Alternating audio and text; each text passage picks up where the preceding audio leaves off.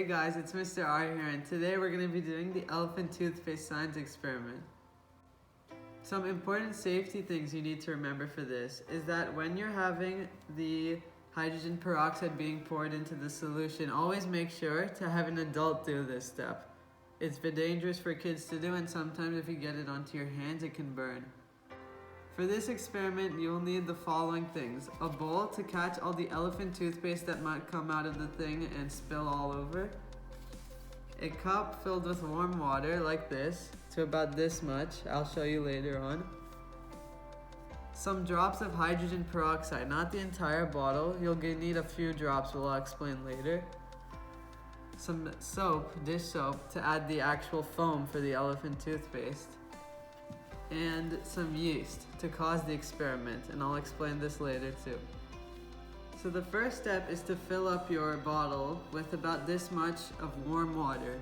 It doesn't have to be boiling, but it has to be fairly warm so you can add your yeast and it's able to grow.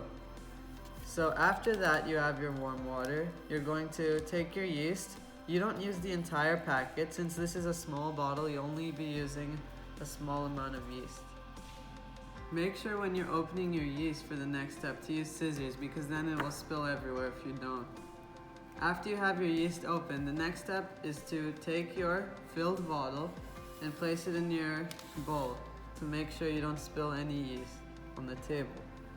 So then you just add a little bit of yeast into here. It's okay if some spills, you can always just put the yeast down and then take a little and put it in like that. You don't need the whole packet, you need about half the packet to do, or maybe a third of the packet. And after you've done that, just move it around like this. You can see the yeast is starting to mix in with the water.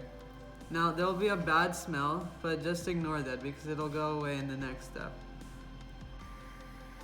Now after about 1 minute of mixing your yeast into the cup, you're ready for the next step now. So in this step, we're going to add some dish soap to it. Now you only need about 3 drops of dish soap. So 1, 2, 3, like that. It's okay if some spills, that's not important. And again, you need to mix it around like this for about 30 seconds. Now after you've added your dish soap to the bottle, there's going to be a chemical reaction when the adult you're with is going to add the hydrogen peroxide to your yeast and dish soap. And the details of the chemical reaction will be explained above here. So now we're going to add the chemical reaction, which is with hydrogen peroxide. Now make sure an adult is doing this. You don't want to. It gives off heat and the chemical can get on you. Carefully, like that. We're adding our hydrogen peroxide, and you can see already we have some bubbles. Now at first this will be slow, but when it gets to the top, it'll start bubbling over like this.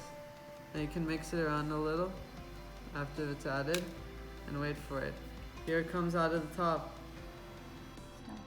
Now I'm going to be making a correction here. It was a much better reaction when I added a little more hydrogen peroxide. So up in the corner here, I'm going to be putting how much you need for the better reaction. So as you can see, I had to add more hydrogen peroxide. Now we have a little more bubbles, and there should be actually a whole bowl filled with the foam that you're making at the bottom. And that, once the reaction is done, you can even touch and play with, and it'll smell good like dish soap. That's what the chemical reaction is. Here's the elephant toothpaste.